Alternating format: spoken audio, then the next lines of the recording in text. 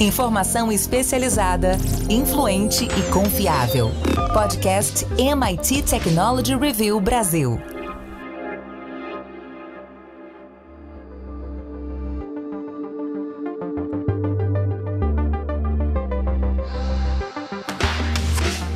Olá, eu sou André Miceli e esse é mais um podcast da MIT Technology Review Brasil. Hoje eu, Rafael Coimbra e Carlos Aros vamos falar sobre como os algoritmos conspiram. A inteligência artificial pode formar cartéis digitais para maximizar os lucros das suas empresas. Esse podcast, meus amigos, é oferecido pelo Sais e pela Salesforce. Fique ligado, nessa última sexta-feira, dia 19 de novembro, começou a nossa Black Week. Vai lá em www.mittechreview.com.br/assine para conhecer as promoções e pacotes, enfim, tudo que a gente está fazendo por lá. Mas vai logo, porque dia 28 termina uma Black Week de 9 dias.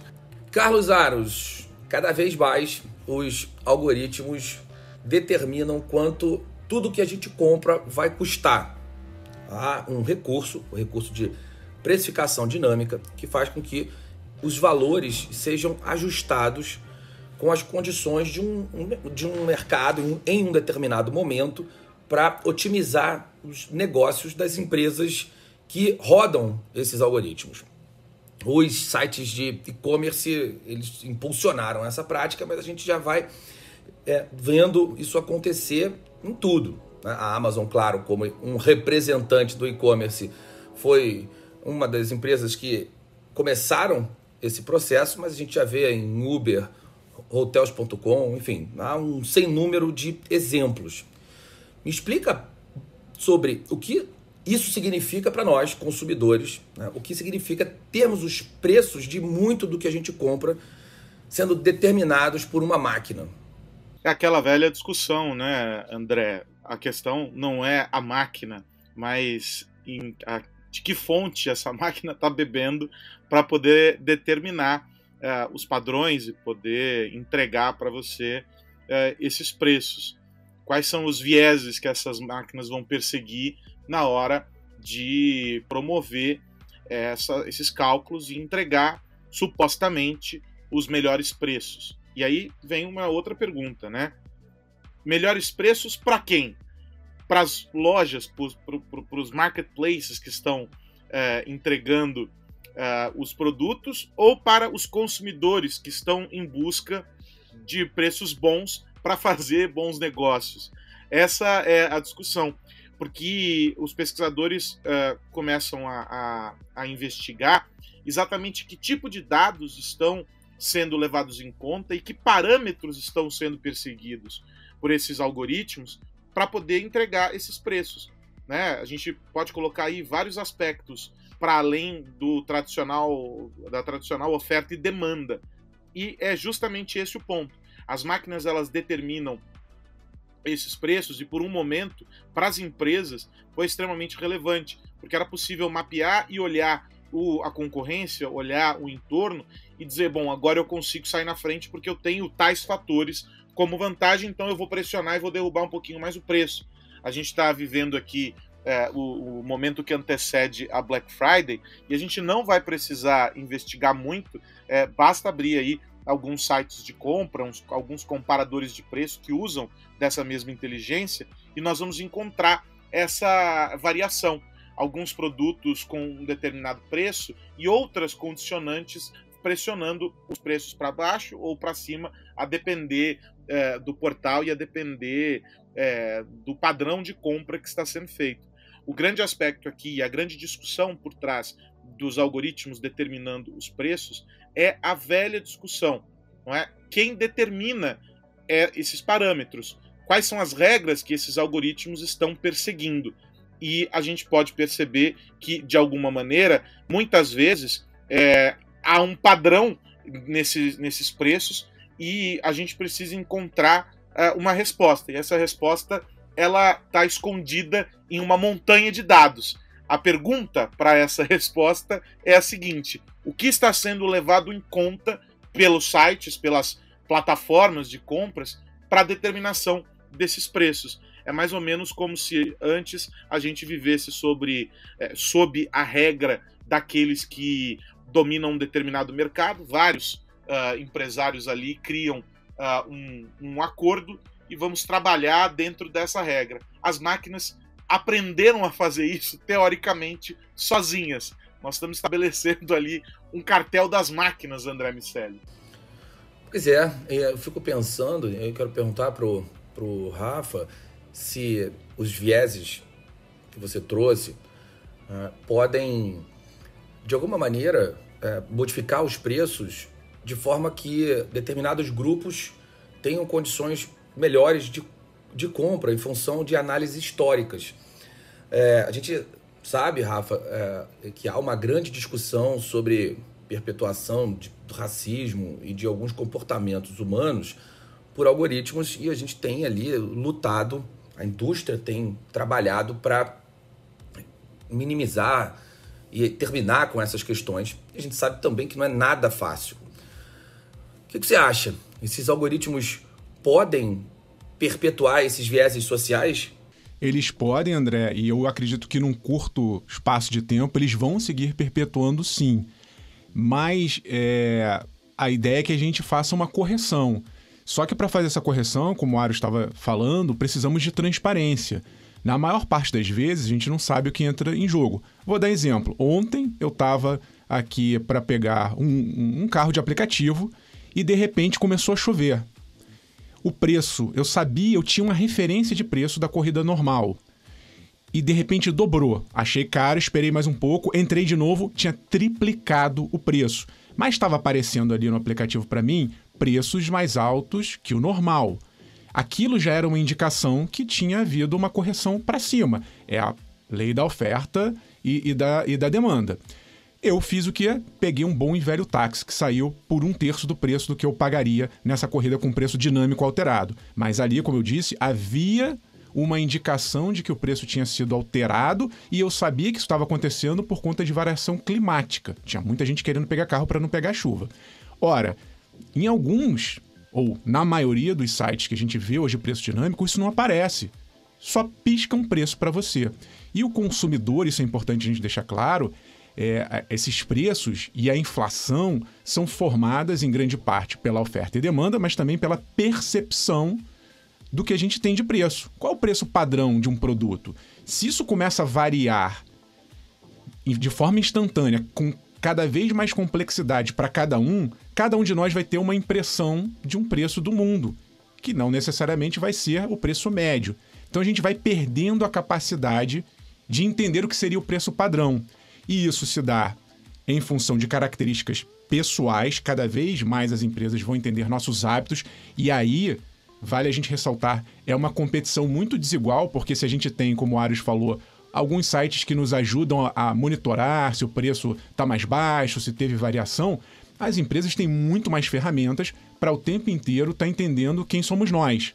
Então é uma luta um pouco ou muito desigual nesse sentido. Mas, como eu disse, vai aumentar o número de pontos de monitoramento por parte das empresas e vai aumentar o número de variáveis externas. Então eu dei aqui, por exemplo, a situação climática, mas as empresas hoje, com seus centros de processamento de dados, de análise com inteligência artificial, elas conseguem pegar variações do mundo inteiro. Ela pode saber que, de repente, daqui a uma semana vai faltar uma peça de um equipamento tal, ela já vai reajustar o preço, porque ela já se antecipou a um movimento global, por exemplo. Então, o céu é o limite para essas empresas em termos de análise de dados e alteração em tempo real de preços.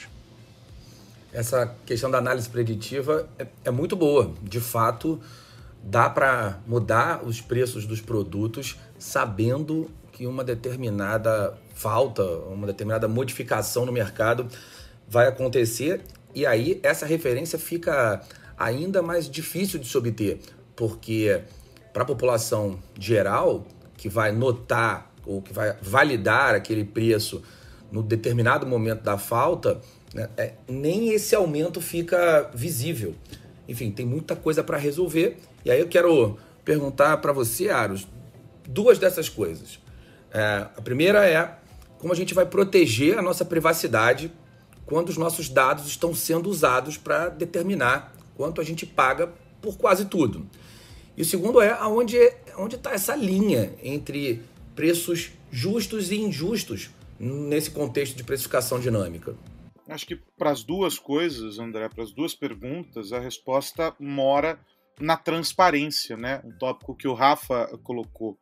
Porque o que vai determinar se há uma invasão de privacidade, vamos colocar nesse termo, mas até a gente pode ir até além da questão da privacidade, se há uma violação sobre o uso indevido, não é? O uso devido, estamos violando o uso correto dos dados, se nós estamos entrando em uma seara que vai além daquilo que a legislação determina, ou as várias legislações, a gente está falando de um cenário aplicável ao mundo todo, o que determina tudo isso é a capacidade de provar para as pessoas que os limites estão sendo respeitados, de provar às pessoas que estamos fazendo isso, por isso, isso e aquilo outro.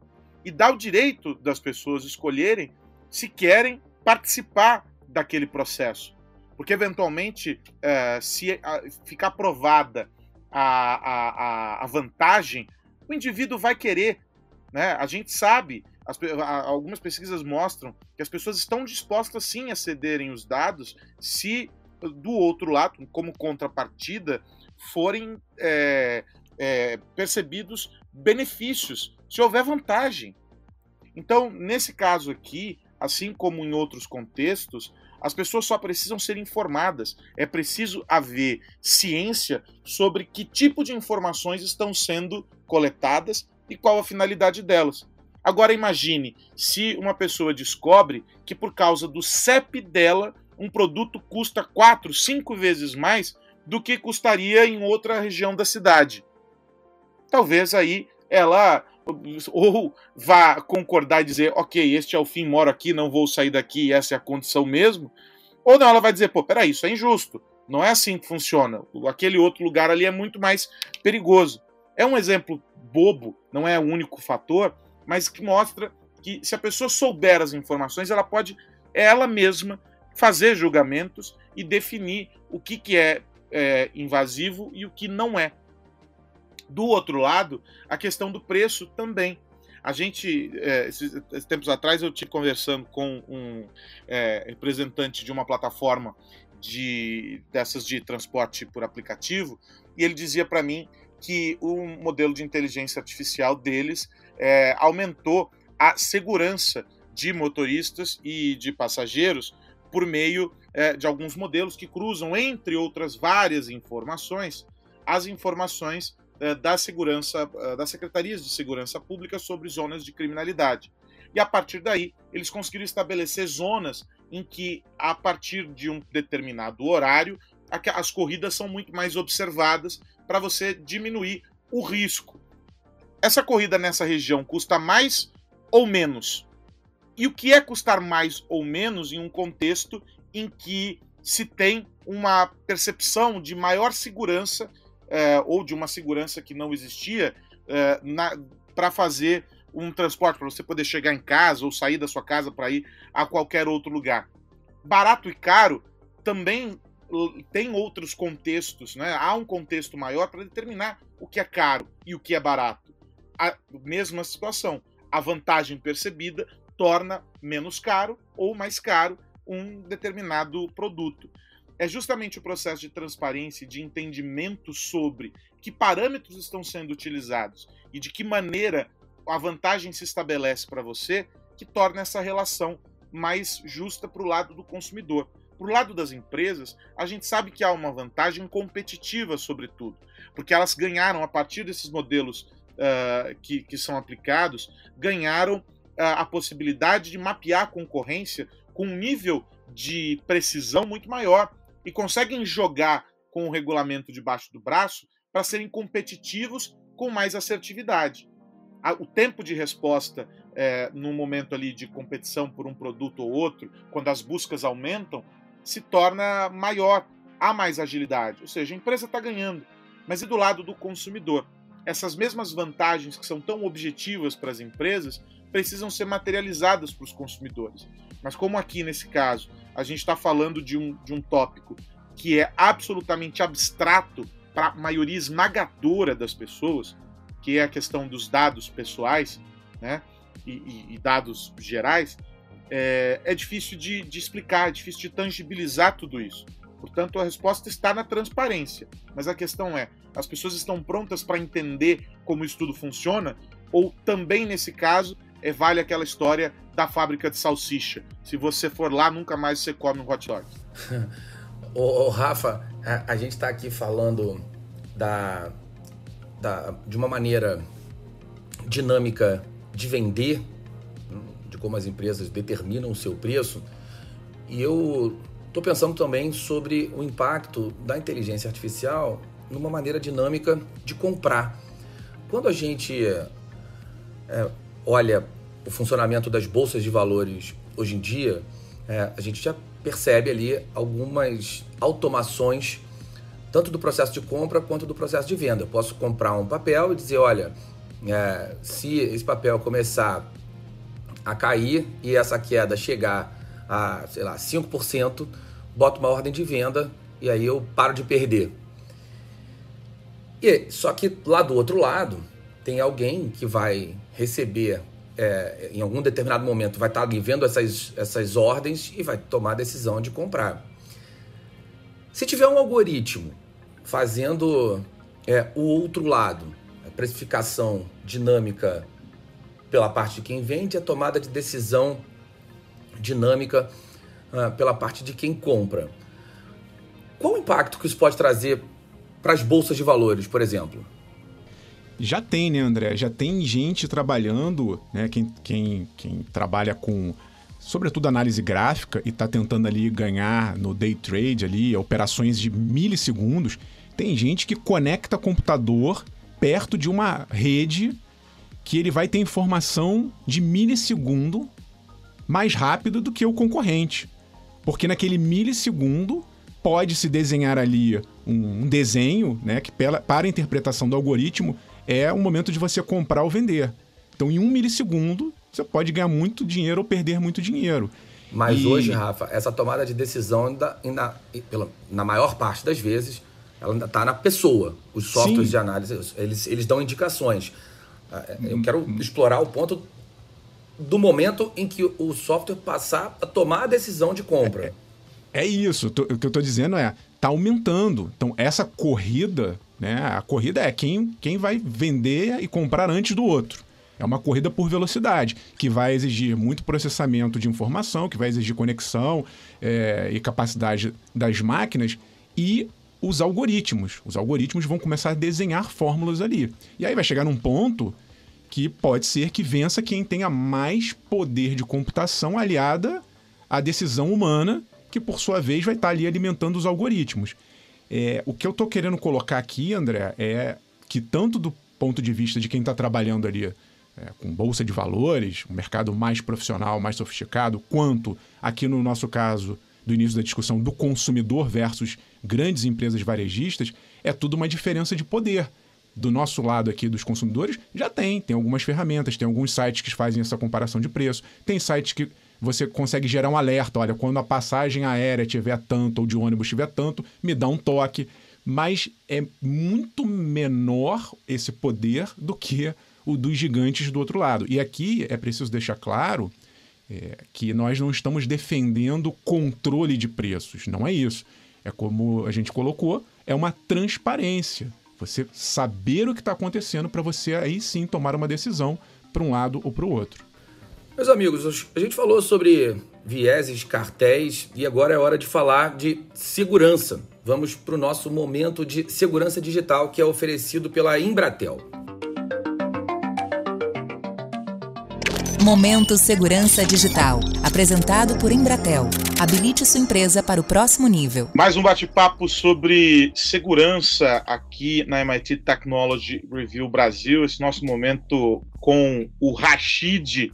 Tudo bem, Rashid? Oi, Aros, tudo bem? Prazer estar aqui de novo contigo. Bom, a gente já vem falando bastante sobre segurança, sobre cultura, falamos muito sobre como desenvolver e trabalhar tudo isso aí ao longo das últimas semanas, mas eu quero trazer para esse nosso papo de hoje um tópico que conecta essa nossa discussão com a transformação. E a gente sabe que o processo de transformação digital, ele é um processo complexo que envolve muitas áreas. E aí aqui, claro, a gente vai puxar a sardinha para o nosso tema, entre elas a segurança.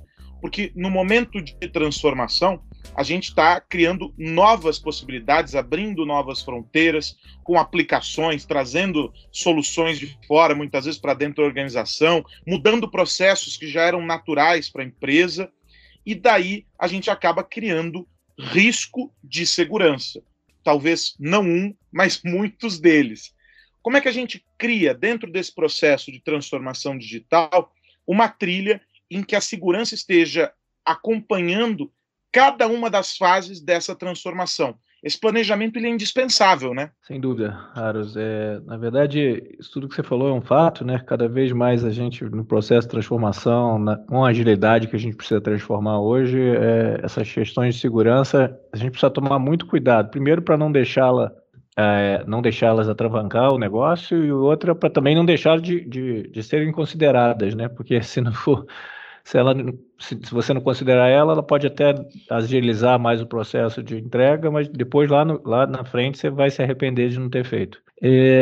Então, um ponto principal aí é começá-la desde o início, né? Você pensar em segurança desde o momento que você pensa qualquer tipo de novo produto, nova solução que você vai lançar para o mercado, uma nova abordagem junto ao cliente, ou seja, em todos esses processos você precisa pensar a segurança no início, né, que é, de novo, o conceito que o mercado chama de Security by Design.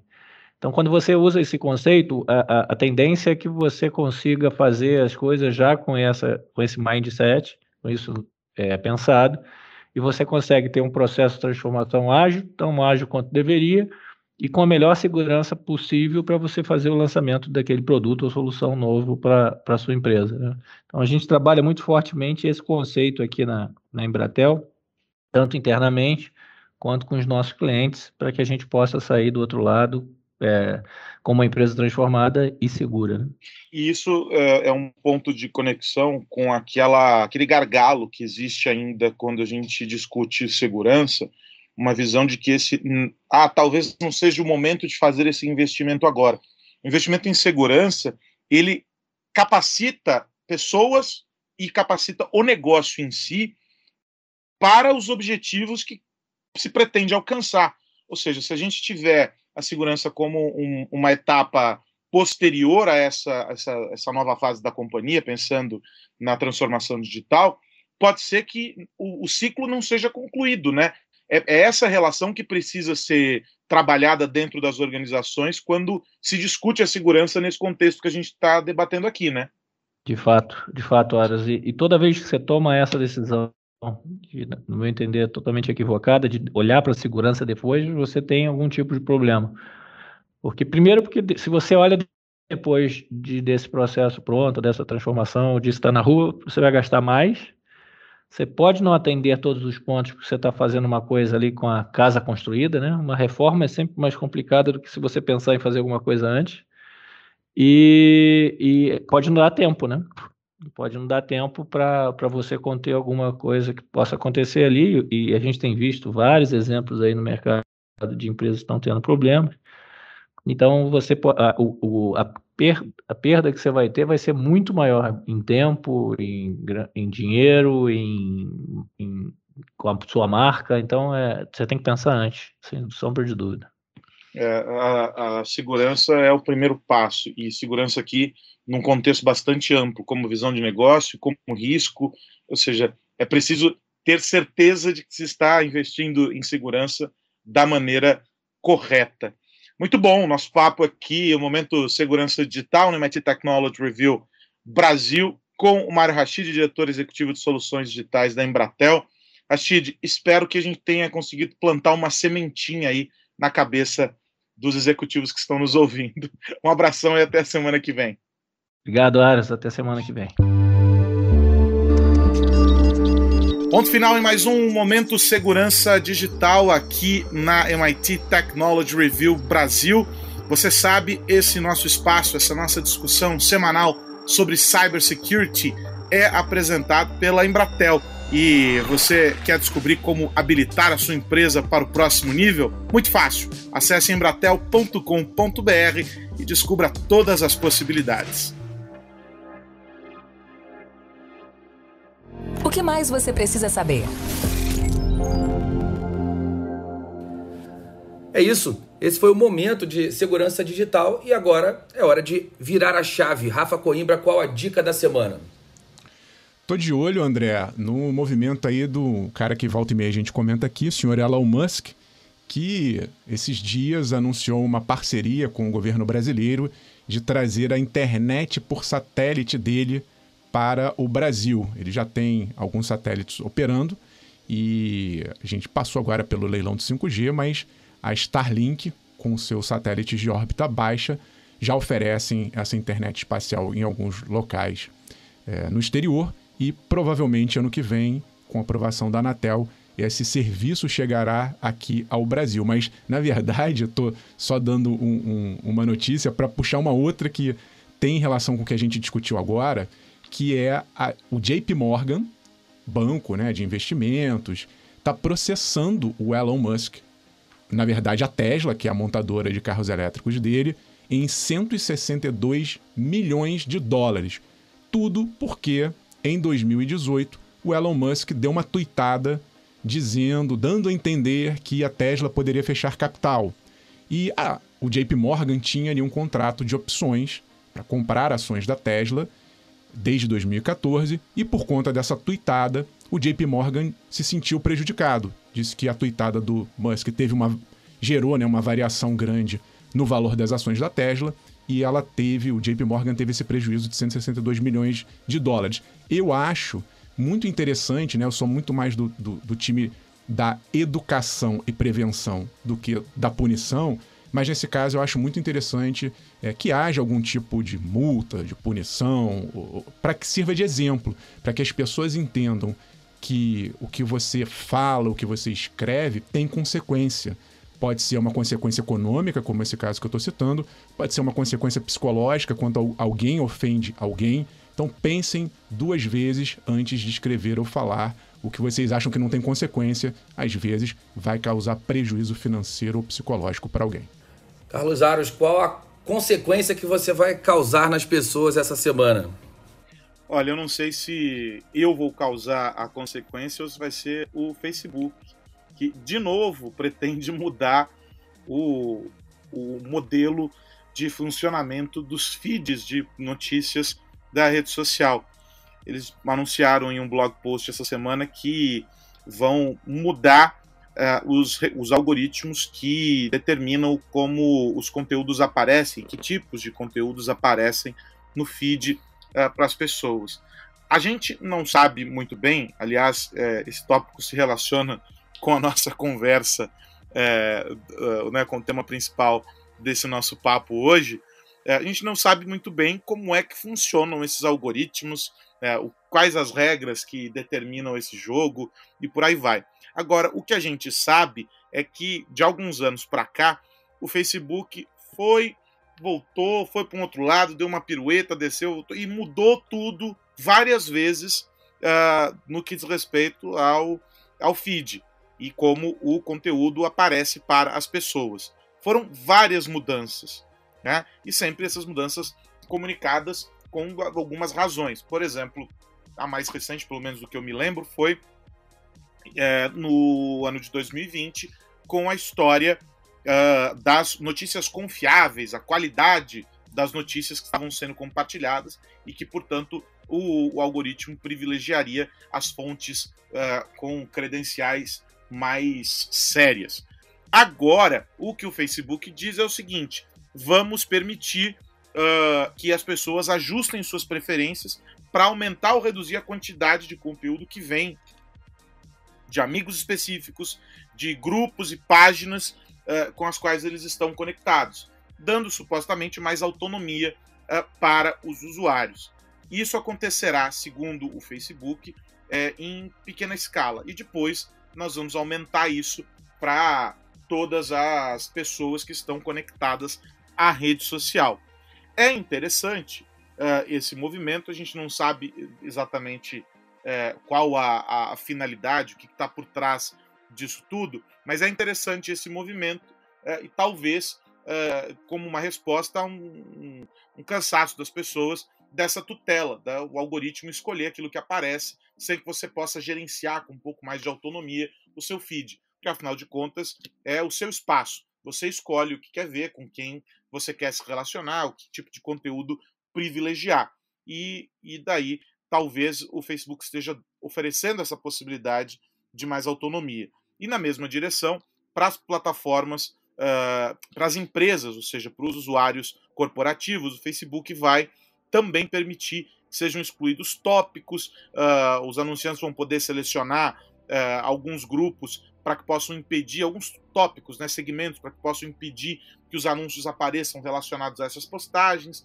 ou seja, criando uma zona de conforto também para as empresas que usam o Facebook como um veículo para a publicidade. Então, são mudanças justamente para dar mais autonomia para aqueles que estão na rede social, seja o usuário, pessoa física lá no seu feed, ou as empresas que estão atuando por meio da rede social. Nesse caso aqui também vale aquela história de que é uma grande caixa preta, né? O algoritmo do Facebook, o algoritmo do TikTok, que foi muito falado lá naquela história que envolveu o governo dos Estados Unidos, dizendo, olha, aqui vocês não ficam, se quiserem ficar, nós queremos o seu algoritmo.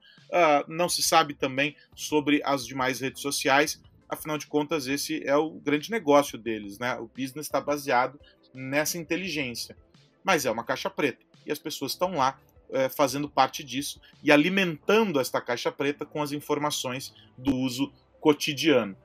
Bom, finalzinho, mas antes de ir, quero lembrar que esse podcast é um oferecimento do Size e da Salesforce, e também te convidar para participar da nossa Black Week.